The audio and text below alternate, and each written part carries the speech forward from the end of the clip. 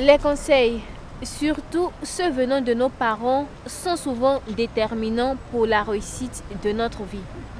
Pourtant, ils sont nombreux les jeunes qui négligent les conseils parentaux et se retrouvent alors exposés à l'irréparable. Comment? Regarde avec moi ce programme et tu en sauras plus.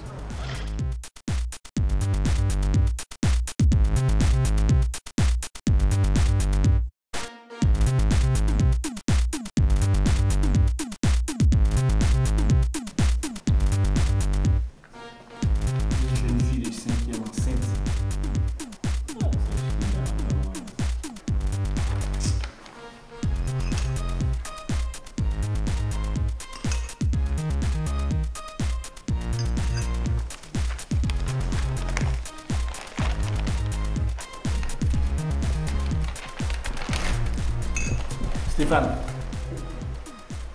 mais tu passes sans me dire bonjour. Excuse-moi papa, je ne t'avais pas vu.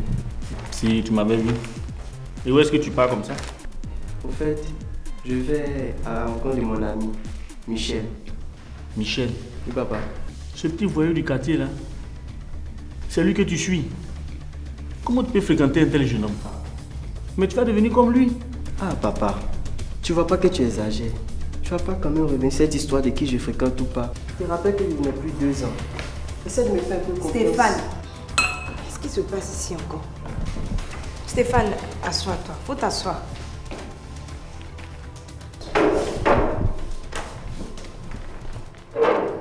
Tu sais, mon fils, Dieu n'a pas fait les choses au hasard. Il nous a donné 2 oreilles et une bouche. Et tu sais pour quelle raison? C'est pour mieux écouter et moins parler. Donc quand ton papa te parle là, il faut l'écouter. Il faut écouter. Stéphane, je vois bien que tu grandis. Tu as tes propres choix à faire. Je ne m'y oppose pas. Mais le style de vie que tu as aujourd'hui là, c'est ce qui va déterminer ton futur demain. Effectivement. Fais attention à tes fréquentations. Ce Michel là, il n'est pas un bon exemple pour toi. Est-ce que tu as compris? J'ai compris, papa. Mon fils, les conseils que nous sommes en train de te donner aujourd'hui, là, crois-moi que tu vas nous remercier pour ça demain. Crois-moi, hein, tu nous en remercieras. Et pourquoi ne pas le faire maintenant? Merci, maman. Merci, papa. Maintenant, je peux partir.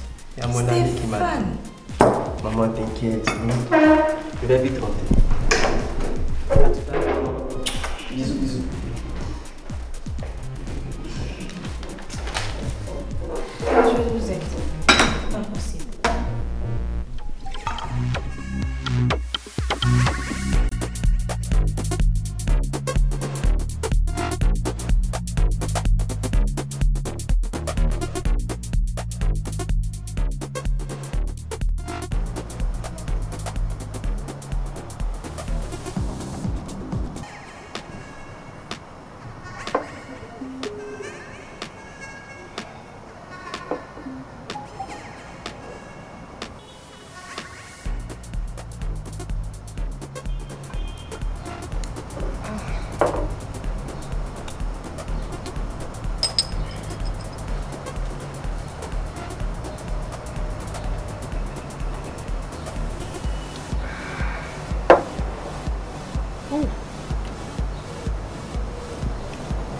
Il est quelle heure même?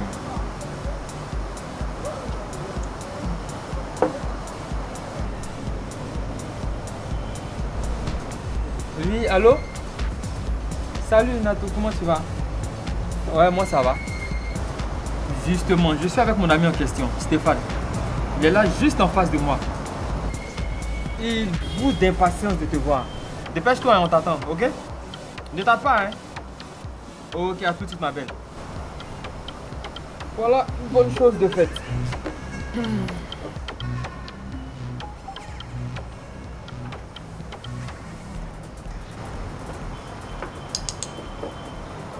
Quoi? Qu'est-ce qu'il y a? Comment quoi? Qu'est-ce qu'il y a? C'est à toi que je devais demander ça? Tu as l'air perdu. Tu es carrément à l'ouest. Il y a quoi? Tu sais, mon frère, ce sont les mêmes histoires. Les parents avaient leurs conseils qui ne finiront jamais. Ce matin, le sourire avec lequel mon père m'a parlé me fait beaucoup réfléchir à tout ça. Attends. Quoi? Non, mais là, tu blagues, hein? Non, mais tu vas pas me dire que tu vas les écouter? Ce sont mes parents. Hein. Ils sont vieux. Leur vie est passée. Ils ont vécu leur temps. Et ils veulent juste t'empêcher de vivre pleinement ta jeunesse. C'est pas juste. Et si tu veux les écouter, c'est ton problème, hein? En tout cas, moi, la vie qui est belle comme ça. Tu sais quoi? Tu as raison. Je sais même pas pourquoi ils m'embrouillent avec tout ça. En plus, c'est notre époque, hein. Ah là, quand même. C'est pas les leurs. Voilà que je te reconnais. À la bière, à la vie et à tous ses plaisirs.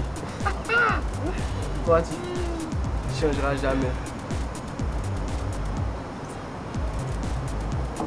Dis donc, quelle est cette beauté? Waouh! C'est justement ça que je voulais te présenter. Nato. Ah bon? C'est Nato. Tu es véritablement mon frère. Tu connais mes goûts. Salut. Ça va ma puce? Nato, c'est Stéphane. Stéphane, c'est Nato. Oui chérie. Excuse-moi. Ça va? Oui, ça va. Joli prénom. Merci. Joli visage aussi. Merci. Non, j'étais en réunion avec mon père. Désolé, patiente juste un peu et puis je viens.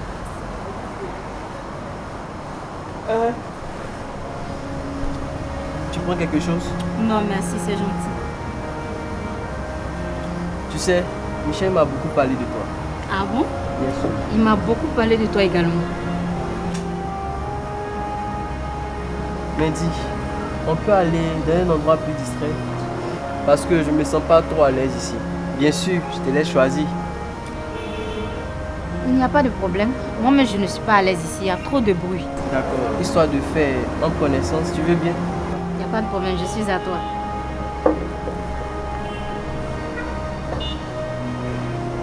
Merci.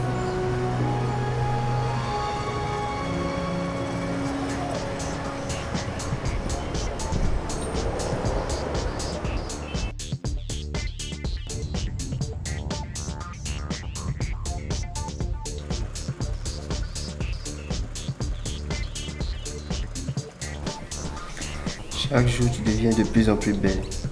Ah bon? Ah oui. Tu sais quoi? Il y a un petit truc en toi que j'aime bien. C'est quoi? Ton sourire. Ah là, quand tu souris, je suis aux anges. Je t'aime, tu sais. Moi aussi, je t'aime. Dis, tes parents rentrent à quelle heure? Oh, pour ça, t'inquiète pas. Ils sont au voyage. Nous avons la maison à nous tous seuls. Ah, mais ça, c'est bien. Tu sais, Natou, Oui. je dois t'avouer quelque chose. Avant de te connaître, je ne croyais pas du tout à l'amour. Mais dès le premier jour que je t'ai vu, franchement, j'ai su que tu étais faite pour moi. Tu es la lumière de ma vie, tu sais. Waouh! Tu as su toucher mon cœur. On m'a jamais dit cela. Ah bon? Je t'aime plus que tout. Tiens, et si on allait visiter ma chambre? Comme ça, tu auras l'occasion de me prouver à quel point tu m'aimes. Ok. Allez, on y va. Allez, lève-toi. C'est pas là.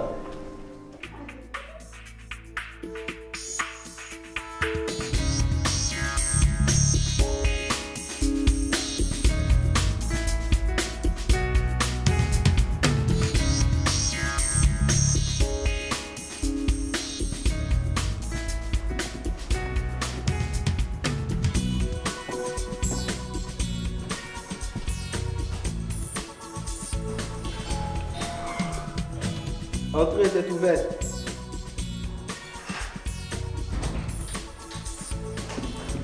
Hey. Michel, on dit quoi? On dit quoi, ça va? Tu as l'air bizarre ce matin. Tiens, j'ai une bonne nouvelle pour toi. Vas-y, je t'écoute. Natou et moi. C'est le big love, mon frère. Ah, ça, je te dis, hein. Cette fille, elle est faite pour moi. Et tiens-toi bien, Dès que je quitte la maison familiale, je l'épouse. Et rassis-toi. C'est toi le best man. Donc, prépare-toi. Achète-toi un complet costume. Ok? Attends. Tu n'es pas content pour moi ou quoi? Si ma mémoire est bonne, c'est grâce à toi que j'ai connu Natou. C'est justement ça. Mais alors, tu vas être le premier à te rejouer avec moi. J'aurais jamais dû te la présenter. Je suis vraiment désolé, je m'en veux tellement. Oh, arrête ça, ne dis pas que tu es jaloux. Quand même. Tu sais, cette fille, elle fera mon bonheur. Je sais ce que je fais. D'accord? Si je l'avais su, je t'aurais prévenu. Quel est ton problème ce matin? Michel, qu'est-ce qui ne va pas? C'est Natou. Oui, Natou. Natou quoi? Mais parle, t'as perdu ta langue ou quoi? En fait, dis-toi que c'est une prostituée de luxe. Je l'ai su récemment. Je l'ai même vue dans leur coin là. Oh, tu plaisantes, j'espère. Natou. Non, je te crois pas. Puis d'ailleurs, te dis, arrête d'écouter les gens du quartier. Ils racontent du n'importe quoi. C'est pas vrai. J'aurais tellement voulu que ce soit faux. Mais c'est la triste vérité. Oh, arrête ça! Arrête ça! Oh! Manatou, prostituée. C'est la triste réalité. J'ai aussi appris que elle est séropositive. Quoi? Natou. Sida. Non. C'est pas vrai, papa. Natou Sida. Un des gars avec qui elle sortait est décédé récemment du sida. Tout le monde le savait.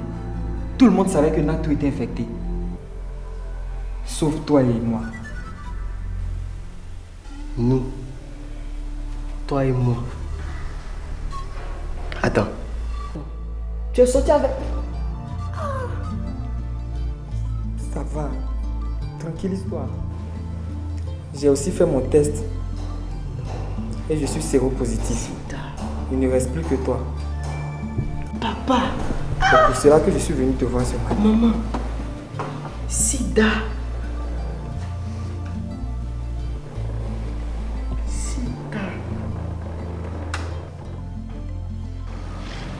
Comme tu viens de le voir, négliger les conseils parentaux peut être dangereux pour ta vie. Mais comment cette attitude peut-elle conduire une personne à être infectée du VIH et SIDA? Des personnes que nous avons rencontrées dans la rue te donnent leur avis. Le fait de négliger les conseils des parents peut conduire au VIH à un point où les jeunes actuels préfèrent suivre certains de leurs amis ou se disent vivre dans la tendance actuelle. Si tu n'écoutes pas tes parents, ça peut t'enlever à la prostitution et puis aussi à des grossesses précoces. Quand tu n'écoutes pas les conseils d'un parent, tu peux te retrouver facilement dans un trou que toi-même tu ne peux plus t'en sortir.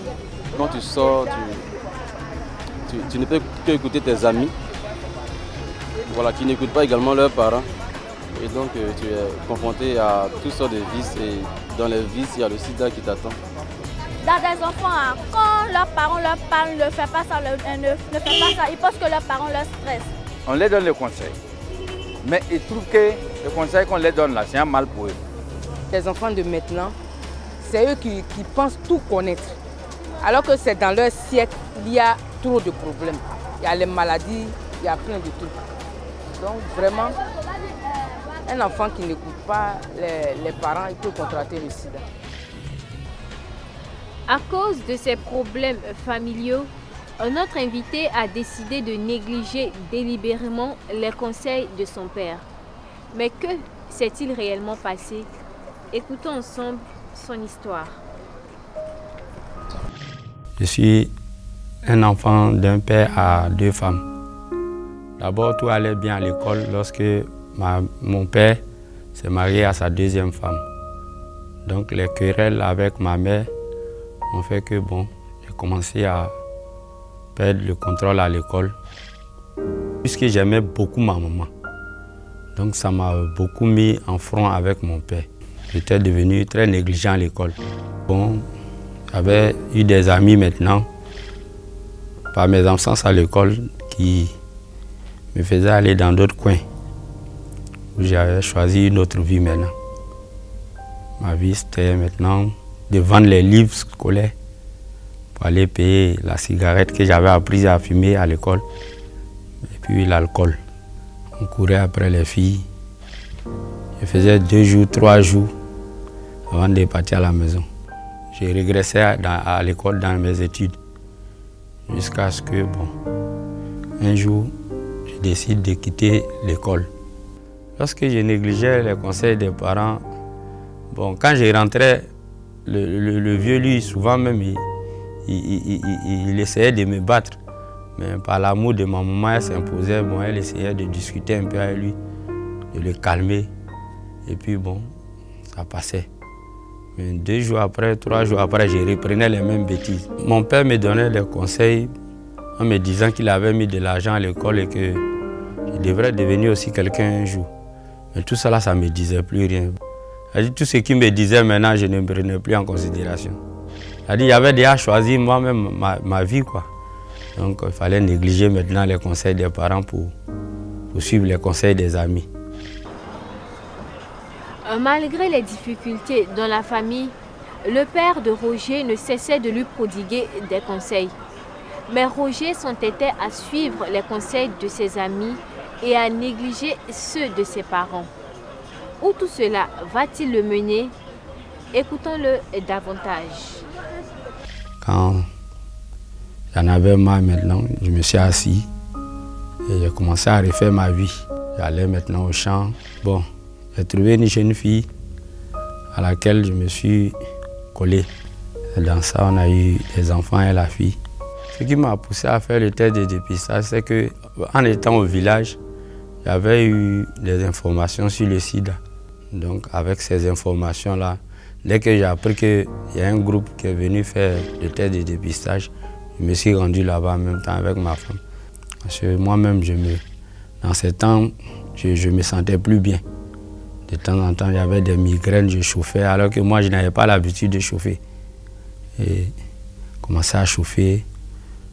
Bon, souvent même, il y avait des furons sur moi, tout ça là. Bon, quand ils sont arrivés, ils disent bon, c'était le bon moment pour voir le cas de ma santé. Donc on est parti. J'ai fait mon test avec ma femme. Le mien était positif. C'est dommage. En négligeant les conseils de son père, Roger pensait lui faire du mal. Mais aujourd'hui, c'est lui qui en souffre, étant infecté du VIH-Sida. Cher ami, quelles que soient les difficultés que tu traverses dans ta famille, ne néglige pas les conseils de tes parents. Sois sage, ne fais pas comme Roger. À quelle conclusion parvient notre invité après tout ceci? Écoutons-le attentivement. Quand on m'a annoncé mon résultat, d'abord j'ai pris un coup de froid. Puis il y a des sueurs froides maintenant qui sautaient sur mon visage. Parce qu'en partant d'abord, j'étais animé. Je mettais l'ambiance, les gens riaient. Donc quand on m'a annoncé mon résultat, je suis devenu calme un coup. Puis j'ai commencé à avoir des sueurs froides. Puis je pensais maintenant à l'avenir de mes enfants d'abord. Puis bon, qu'est-ce qui allait se passer après? Donc tout ça m'a rendu calme et puis bon, commençait à devenir... C'est les pensées même d'abord qui rongent le malade. Les pensées. Qu'est-ce que les autres vont penser de moi? Qu'est-ce que les autres vont penser de moi? Bon, qu'est-ce que je vais devenir? Qu'est-ce que mes enfants vont devenir? Et puis je revivais maintenant ma vie. Les conseils de mes parents que j'ai négligés, la vie que j'ai menée. Bon, ce que je peux dire aux jeunes qui négligent les conseils des parents, c'est que c'est comme ils sont en train de se poignarder eux-mêmes. C'est-à-dire, ils ne font pas du mal à leurs parents. Ce que moi je pensais, c'est-à-dire c'était pour me venger de mon père. Il a fait du mal à ma mère, donc tout ce qu'il me disait, ça ne me regardait pas. Je voulais devenir son adversaire. alors que je me faisais du mal moi-même. J'ai détruit ma vie, j'ai détruit aussi la vie de mes enfants. Parce que je ne sais pas si je n'ai pas encore préparé l'avenir de mes enfants, que je m'en vais. Qu'est-ce qu'ils vont devenir après moi? Donc j'ai dit maintenant à mes frères, à mes petits frères, qui sont encore en bonne santé, de revoir leur vie. S'ils sont encore dans la même vie que moi, d'arrêter, que ça ne donne rien. Ce n'est pas ça la jeunesse, quoi. Donc, pour ceux qui ont le temps encore de le faire, qu'ils se ressaisissent, qu'ils reviennent à eux-mêmes. Aux jeunes qui me regardent, je leur dis que le sida existe. Le sida existe. Ce n'est pas pour décourager quelqu'un. Parce qu'on s'est dit que c'est pour décourager, c'est pour nous décourager. On nous dit que le sida tue, tout ça là. Le sida, ça existe partout. Même les femmes les plus grosses peuvent être infectées. Donc on ne peut pas trier. Au lieu de trier tout ça là, c'est mieux de se protéger si on ne peut pas s'abstenir. Donc le sida, c'est une maladie vraie, ça existe. Voilà. Donc à faire attention. Donc à ranger leur vie. La vie dans les maquis, la vie avec les prostituées, tout ça, c'est pas la peine. Voilà. On peut vivre une bonne vie sans aller se prostituer ou bien sans aller vers les femmes prostituées. Bon, avant aussi de connaître une fille, ça serait mieux de faire les tests ensemble, puis de rester ensemble, d'être fidèles à leur partenaire. C'est la meilleure vie, ça. Si j'avais une seconde chance de tout reprendre à zéro, vraiment j'allais ranger ma vie maintenant. Mon ami, tu peux souvent trouver tes parents vieux jeux, mais leurs conseils sont précieux. Tu ne les comprends peut-être pas maintenant, mais plus tard, tu les trouveras sages, comme c'est le cas de Roger aujourd'hui. Les parents que tu as ne sont pas le fait du hasard. La plupart du temps, ils veulent ton bien. Ne te comporte donc pas dangereusement en négligeant leurs conseils. Écoute-les, honore-les si tu veux réussir et vivre longtemps. Et si tu as des questions, n'hésite surtout pas à nous contacter à l'adresse qui s'affiche sur ton écran et c'est avec joie que nous communiquerons avec toi. Prends soin de toi et à très bientôt. Oh merci Seigneur, gloire à toi Père éternel. Seigneur, tu sais faire les choses. Gloire à toi Papa. Merci Seigneur. Alléluia, Alléluia, Alléluia, Alléluia, Alléluia, Alléluia, Alléluia, Alléluia, Alléluia. Dieu sait faire les choses, Dieu sait faire les choses, Dieu sait faire les choses, il sait les faire. Dieu sait faire les choses, oh, Dieu sait faire les choses, Dieu sait faire les choses, il sait les faire. S'il t'a promis un voyage, s'il t'a promis un travail, s'il t'a promis un mariage, s'il t'a promis un enfant, reste calme mon frère, reste calme, reste calme, il s'est levé. Reste calme ma soeur, reste calme, reste calme, il combat. Oh, oh, alléluia, alléluia, alléluia, alléluia, alléluia, alléluia, alléluia, alléluia. Dieu sait faire les choses, Dieu sait faire les choses, Dieu sait faire les choses, il sait les faire. Il a le temps dans ses mains et fait toutes choses, mais en son temps. Il a le temps dans ses mains et fait toutes choses, mais en son temps. S'il t'a promis l'élévation, t'a promis le succès, s'il t'a promis la guérison, s'il t'a promis plein de choses,